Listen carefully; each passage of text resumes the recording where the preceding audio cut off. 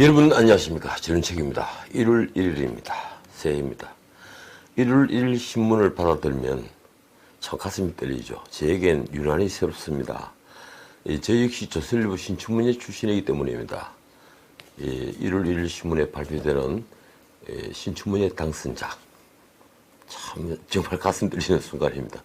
올해도 오늘만은 정치면보다 이 신춘문예 시 당선작을 먼저 읽었습니다.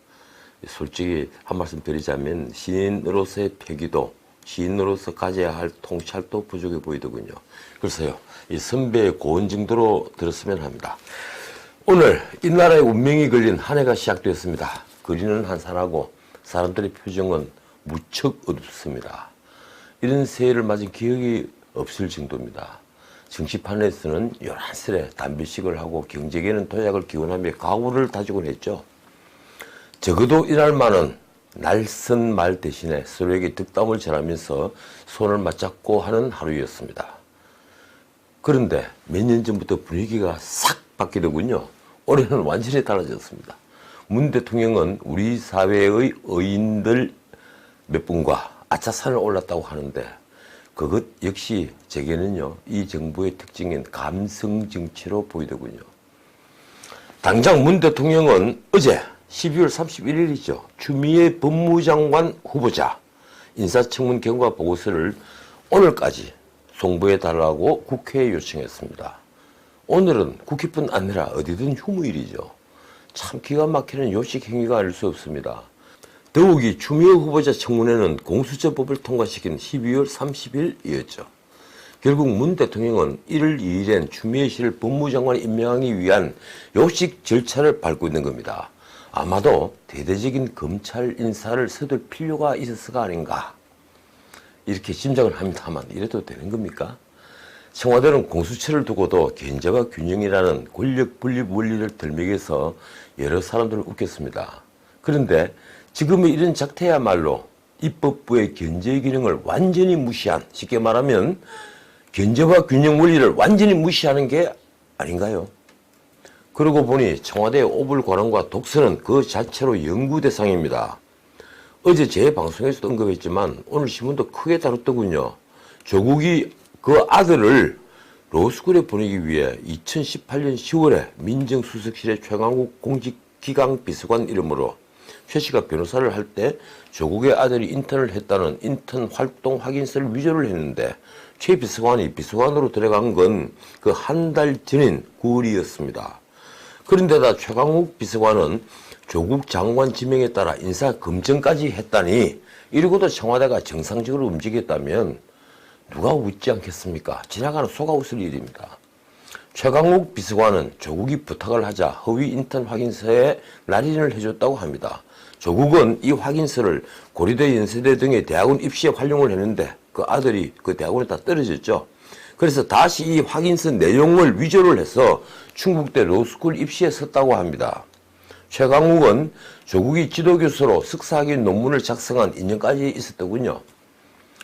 그런데 최강욱은 검찰의 소환 통보에 불응을 하고 인턴 확인서는 문제가 없다는 서면 답변서를 보냈다고 합니다. 청와대 민정수석실이 검찰을 얼마나 우습게 보았으면 이러는 걸까요? 자, 오늘 뉴스입니다. 예상을 깨고 북한 김정은의 신년사는 없었습니다. 마치 언론사들은 예상을 했다는 듯이 얘기를 하더군요. 김정일이 죽은 직후인 2012년을 제외하고 한 해도 그러지 않은 신년사를 이번에는 하지 않은 겁니다. 작년 12월 28일부터 31일까지 벌어진 노동당 전원회의에서 한 김정은의 보고가 대신한 것으로 보입니다. 김정은은 이 보고에서 미국이 대화가 아닌 시간 끌기를 하고 있다며 핵무기와 ICBM 시험 발사 중단 등 자신이 약속한 비핵화 조치를 계속 이행할 이유가 없다고 했습니다. 미국이 대북 제재 해제 등 상응 조치를 하지 않으면 자신도 약속을 깰 수 있다며 더 나아가 새로운 전략무기 도발에 나설 수 있다, 이런 뜻을 시사한 것이죠.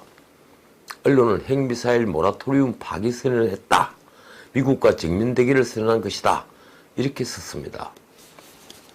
김정은의 말은 이렇습니다. 이제껏 우리 인민이 당한 고통과 억제된 발전의 대가를 깨끗이 다 받아내기 위한 충격적인 실제 행동으로 넘어갈 것이다. 충격적인 실제 행동.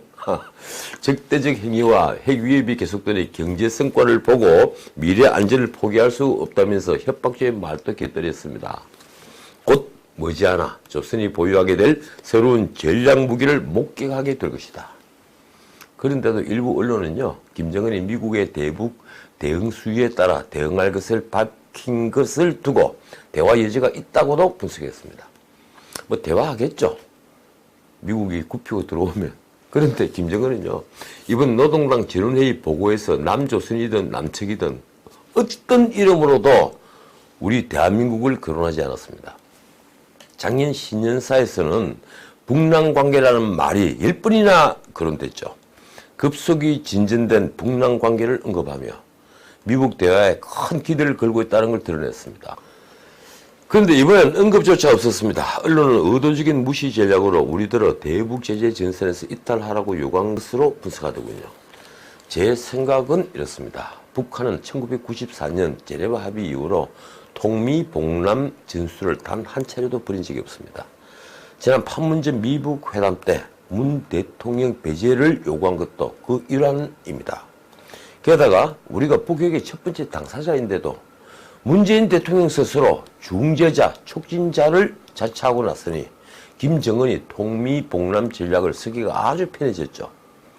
더욱이 미국이 동의하지 않는다면 금강산 관광과 개성공단 재개 가능성도 없어 보이니 김정은이 문 대통령에게 매달릴 이유는 전혀 없는 겁니다.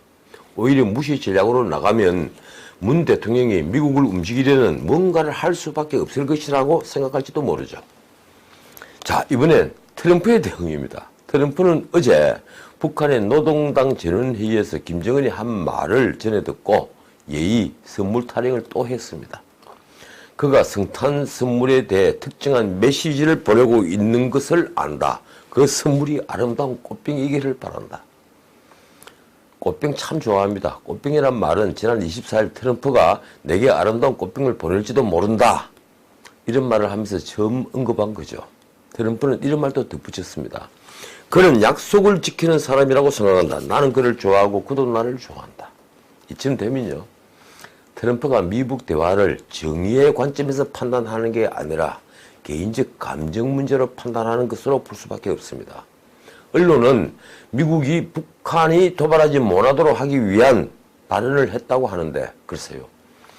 저는 오래전부터 트럼프를 미국 보수의 품위를 떨어뜨리는 장사꾼 정도로 판단하고 있습니다. 그는 자신에게 도움이 되지 않은 이들에게는 아주 냉혹하죠. 서구의 지도자들이 모두 각을 세운 이유가 바로 여기에 있습니다. 문 대통령을 무시한다는 느낌을 주는 것도 그 이유가 아닌가요? 어떻든 문 대통령의 고심이 이제 깊어지게 됐습니다. 그런데도 오늘 아차산에 가서 감성 정치를 할 여유가 있다니 다행이긴 합니다. 그런데 실무 차원에서 이도훈 한반도 평화교섭본부장이 오늘 스티븐 비건 국무부 부장관과 통화를 했다는 뉴스 정도가 나왔군요. 한미 관계가 정상적이라면 요 며칠 새 한미 정상이 통화를 하면서 이 문제를 논의해야 했을 텐데 말입니다. 자, 다른 뉴스입니다. 송병기에 대한 구속영장이 기각됐습니다. 이래저래 검찰 순환 사이입니다. 송병기는 김기현 측근 비리란 걸 청와대에 최초 제보를 한 사람이죠. 그리고 하명 수사가 시작되자 경찰에서 가명으로 진술까지 했습니다. 송치로 캠프에 있으면서 경쟁 후보자를 낙마하도록 계획을 짜는 등 선거에 개입한 혐의를 받고 있죠. 공직선거법 위반입니다. 영장을 기각한 판사는 지난번에 조건에 대한 영장을 기각했던 바로 그분 명재권 부장판사입니다. 사유도 간단합니다. 구속 사유와 구속의 상당성, 필요성 등이 소명됐다고 보기 어렵다. 최근 송병기 뒤 청와대 선거 개입 의혹까지 수사를 확대하려던 검찰은 졸지에 계획을 수정하게 됐습니다. 검찰로서는 정말 맥 빠지는 일이죠. 그러니 검찰의 반발은 당연합니다. 이렇습니다. 공무원이 정치적 중립성을 심대하게 훼손해 사안이 매우 중하고 일부 범죄만으로도 영장이 발부된 전례가 다수 있다. 수사 과정에서 관련자들이 범행 은폐를 위한 말 맞추기 등을 시도한 점에 비추어서 납득하기 어렵다. 당연히 검찰은 영장을 재청구할 수밖에 없습니다. 오늘 언론에 보도된 송병기의 업무수집에 있는 말만 보아도 그의 영장이 기각된 건 저도 도저히 납득이 가지 않습니다. 송병기 수집에는 이렇게 적혀있다고 하는군요. BH, 그러니까 청와대죠. BH가 임동호 제거의 역할을 해야 한다. 임동호가 과기부 차관 빅10 공기업 자리 오사카 총영사를 원한다. 이런 내용도 있다고 하는군요. 이는 후보자 매수제의 아주 유력한 증거입니다. 윤석열 총장 신인사를 저는 믿고 싶습니다. 누구라도 돈과 권력으로 국민의 정치적 선택을 왜곡하는 반칙과 불법을 저지른다면 철저히 수사에 엄정 대응한다는 자세가 필요하다. 자, 다른 뉴스입니다. 보수 통합이 다시 화두가 되고 있습니다. 오늘 한국당은 한국당대로 유승민 의원의 새로운 보수당은 자기들끼리 국회에서 신년 인사회를 했더군요. 참, 한 지붕 두 가족입니까? 세 가족입니까? 그 둘뿐 아니라 제야에서도 통합을 해야 한다. 심지어 비대위를 구성해야 한다는 목소리가 빗발치고 있습니다. 선거가 이제 석 달 반 남았으니 이달 안에 통합이 마무리되지 않으면 보수는 뿔뿔이 흩어져서 서로를 공격하고 물어뜯으며 선거를 치를 수밖에 없게 됩니다. 제가 작년 이른바 정권을 가진 조강위원을 하라고 해서 문자 해촉을 당할 때까지 잠깐 악역을 맡았을 때 제가 제일 처음 말했던 게 바로 통합입니다. 수많은 기자들 앞에서 한 얘기입니다. 한국당 전당대회를 서둘다가는 결국 보수는 분열한 채로 총선을 칠 수밖에 없다. 그러니 박근혜 문제부터 해결하고 가자. 그 다음 이 사태에 대한 책임은 따져야만 한다. 역대 지도부들, 그리고 진박 탈영한 사람들, 그리고 이른바 십상시들은 물론 아무런 열정도 없는 온실 속 화초 같은 책상 물림들도 이번 기회에 바꿔야만 한다. 정계 은퇴는 아니더라도 적어도 이선으로 물러나 책임지는 모습을 보여야만 한다. 그리고 대권을 노리거나 지도자가 되겠다는 분들은 모두 험지 출마로 책임을 다해야만 한다. 이런 요지였습니다. 그런데 그게 먹히지 않더군요. 자신들 목을 치겠다는데 누가 동의하겠습니까? 지나고 보니 저도 좀 심했던 것 같습니다. 결국 문자 해촉을 당했지만 불행하게도 제 예상대로 보수는 통합은커녕 앙금만 더 쌓여갔습니다. 지금은 서로 분열의 책임을 떠넘기기 위한 수순을 밟는 게 아닌가, 저는 그렇게 생각합니다. 통합하겠다면 지금이라도 모든 걸 내려놓으면 됩니다. 그런데 절대 그렇게 하지 않죠.